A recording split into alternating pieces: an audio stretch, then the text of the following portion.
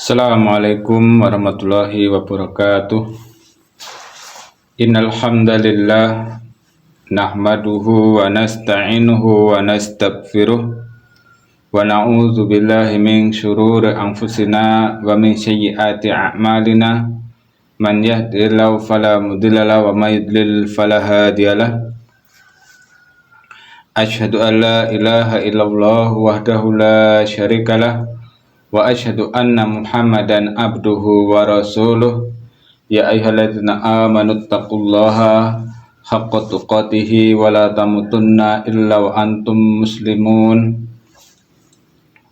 Wa qala ta'ala ya ayyuhan nasu taqu rabbakumul ladzi khalaqakum min nafsin wahidah wa khalaqa minha zawjaha wa batha minhuma rijalan katsiran wa nisaa'a wattaqullaha allazi tasaaluna bihi wal arham innallaha kana 'alaikum raqiba. Wa qala ta'ala ya ayyuhalladzina amanu taqullaha wa qulu qawlan sadida yuslih lakum a'malakum wa yaghfir lakum dzunubakum wa man yuti'illaha wa rasulahu faqad faza fawzan 'azima. Amma ba'd. Fa inna asdaqal hadisi kitabullah wa khairal hadi hadi Muhammadin sallallahu alaihi wasallam wa syarrul umuri muhdatsatuha fa inna kulla muhdatsatin bid'ah wa kulla bid'atin dhalalah wa kulla dhalalatin finnar. Ayyuhal muslimun rahimani wa rahimakumullah. Para pemirsa dimanapun Anda berada, yang semoga dirahmati oleh Allah Subhanahu wa taala. Kita bersyukur kepada Allah Subhanahu wa taala. Alhamdulillah, pada kesempatan kali ini kita bisa bermajlis kembali. Kita berharap kepada Allah Subhanahu wa taala, ya, semoga Allah Subhanahu wa taala memberkahi majelis kita, memberkahi semua yang kita miliki, termasuk ilmu yang kita pelajari. Kemudian salawat dan salam semoga senantiasa terlimpahkan, tercurahkan kepada Rasulullah Sallallahu Alaihi Wasallam, kepada keluarganya, kepada para sahabatnya, dan kepada orang-orang yang senantiasa menjunjung sunnah beliau hingga akhir zaman nanti. Para jamaah sekalian, para pemirsa dimanapun Anda berada, yang semoga dirahmati oleh Allah Subhanahu wa taala. Pada kesempatan yang mulia ini, yang insya Allah kesempatan yang diberkahi oleh Allah Subhanahu wa taala, kita akan melanjutkan pembahasan kita dalam kitab Ushul Salasah. Kemudian di sini kita akan membacakan perkataan penulis. Wa dalilul khauf qauluhu ta'ala wala takhafuhum fakhafuni in kuntum mu'minin. Ya, dalil takut, firman Allah Ta'ala, janganlah engkau takut kepada mereka, takutlah kepadaku jikalau kalian benar-benar beriman. Jamaah sekalian yang semoga dirahmati oleh Allah Subhanahu wa taala, ya, kita membahas ini masalah tentang macam ibadah yang selanjutnya, yang adalah takut. Ya, ini takut kepada Allah Subhanahu wa taala. Ini bukan kepada yang lainnya. Karena takut ini merupakan bentuk ibadah, dan ibadah itu harus ditujukan kepada Allah Subhanahu wa taala semuanya, ya, termasuk ini adalah rasa takut. Dan dalam ayat tadi yang kita bacakan dalam surat Al-Imran ayat 185, bahwasanya Allah Subhanahu wa taala melarang kita untuk takut kepada selain Allah. Ya, seperti takut pada kuburan, pada setan, kemudian pada berhala, ini dilarang. Dan kita diperintahkan untuk takut kepada Allah Subhanahu wa taala jikalau kita benar beriman. Jadi iman itu kadang harus dibuktikan, ya. Kalau bukti beriman salah satunya kita dengan takut kepada Allah Subhanahu wa taala. Para jemaah sekalian yang semoga dirahmati oleh Allah Subhanahu wa taala. Kemudian sini, ya, takut memiliki pengertian. Takut itu artinya apa? Ini adalah khawatir. Ya, khawatir nanti kalau di sana terjadi apa-apa begitu. Ya, kalau istilah kita. Ya, takut khawatir nanti kalau jatuh ataupun yang lain. Ini takut secara bahasa. Kemudian Cara istilah sini adalah ya perbuatan yang menghasilkan antisipasi atau hati-hati apa yang akan terjadi yang berupa binasa ataupun bahaya ataupun gangguan. Ini adalah ya, cara bahasa. Dan Allah Subhanahu wa taala melarang ya, takut dari wali-wali setan. Dan Allah ya perintahkan agar takut ya, kepada Allah saja. Jadi jelas ya. Allah Subhanahu wa taala ini melarang ya. Kita sebutkan oleh penulis tadi, yang disebutkan oleh penulis ya, ini dilarang takut kepada wali-wali setan. Banyak wali-wali setan. Di antaranya ya berhala ataupun ya penunggu suatu tempat. Ini menakut-nakuti. Ada sebagian paranormal juga menakut-nakuti ya. Kalau kamu tidak berbuat demikian, kalau kamu nggak memberikan sesaji ya, nanti kamu akan begini. Jadi orang takut. Ini nggak boleh takut yang demikian ya. Yang diperbolehkan atau bahkan wajib ini takut kepada Allah Subhanahu wa taala ya. Takut kepada Allah, misalnya kalau nggak melakukan ketaatan, ini takut kalau Allah berikan hukuman. Begitu juga kalau melanggar aturan Allah, larangan Allah, nanti akan harus juga berikan bencana. Inilah yang takut yang sebenarnya, takut yang diperbolehkan, takut yang diperintahkan oleh Allah Subhanahu wa taala. Ya, juga ya takut yang lain. Ini misalnya mau menzalimi atau menyiksa saudaranya, menyakiti saudaranya, nanti takut kalau Allah berikan hukuman, bisa jadi nanti hukumannya yang akan segera ataupun akan datang nanti kelak sekian tahun, puluhan tahun nanti akan mendapatkan bala ataupun apa ya, bencana ya. Ya takut dari doa orang yang terzalimi ya, jadi dia enggak mau berbuat zalim, takut karena apa? Doa orang yang terzalimi ini dikabulkan oleh Allah Subhanahu wa taala. Demikian. Jadi intinya takutnya hanya kepada Allah Subhanahu wa taala. Para pemirsa dimanapun Anda berada yang semoga dirahmati oleh Allah Subhanahu wa taala.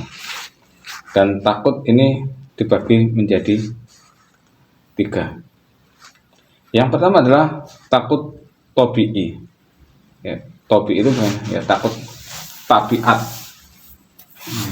atau istilahnya ini takut yang wajar atau manusiawi, seperti ya, takutnya manusia dengan binatang buas ataupun apa, api, kemudian juga takut tenggelam ya. Misalnya kita mau lewat suatu tempat ya, takut ini ada binatang buas kayak apa, misalnya ada harimau nanti menerkam, jadi dia nggak berani lewat di situ ya, takut dan akhirnya pilih jalan yang lain. Ini nggak masalah, ini nggak tercela.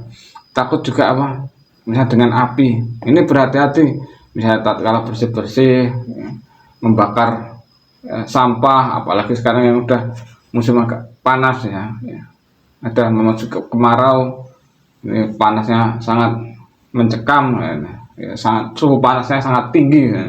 Jadi ya takut dengan api, nanti takut kebakar. Ini ya, mengapa? Kemudian juga tenggelam, jadi melewati sungai dia ya nggak berani ya, takut apa kalau ya tenggelam. Dan ini tidak tercela takut yang demikian, sebagaimana Allah Subhanahu wa taala ini menceritakan ya, Nabi Musa alaihi salam dalam surat Al-Qasas ayat 18. Allah Subhanahu wa taala berfirman, fa asbaha fil madinati khaifan yatarat kabu. Dan karena itu ya, Musa di sebuah kota ya takut dan sambil menunggu akibat perbuatannya. Ini yang walau alam bagaimana ini kisahnya, Dan Nabi Musa intinya ya memiliki rasa takut yang disebutkan dalam ayat tadi. Nah, tetapi apabila ini yang disebutkan masalah takut ini, bagaimana yang disebutkan oleh Syekh rahimahullah, ini menjadi sebab untuk meninggalkan kewajiban atau melakukan keharaman. Ini ya, takut yang demikian adalah takut yang haram. Ya, ini takut yang haram yang dilarang. Dengan takut tersebut dia meninggalkan kewajiban dan menerjang keharaman. Misalnya apa ya?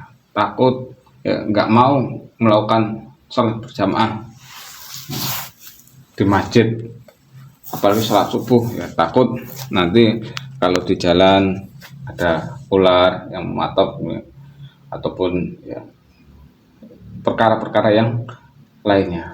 Kemudian apalagi ya, takut yang untuk menentang perkara haram, misalnya ini apabila kumpul temannya ini kalau nggak mau minum miras maka nanti akan dihajar, akan dipukul, makanya dia takut. Yang ini adalah takut yang tidak boleh, karena dengan takut tersebut dia menerjang keharaman, ya, melanggar keharaman.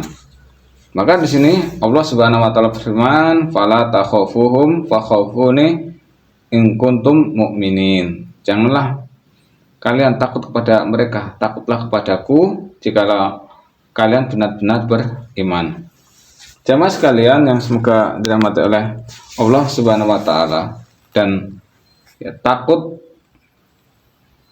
kepada Allah ini terkadang menjadi terpuji dan terkadang tidak menjadi terpuji. Ini menjadi terpuji dan tidak terpuji. Yang terpuji ini ya takut yang menjadikan ya, antara dirinya dan maksiat kepada Allah. Kemudian yang disebut maksiatnya adalah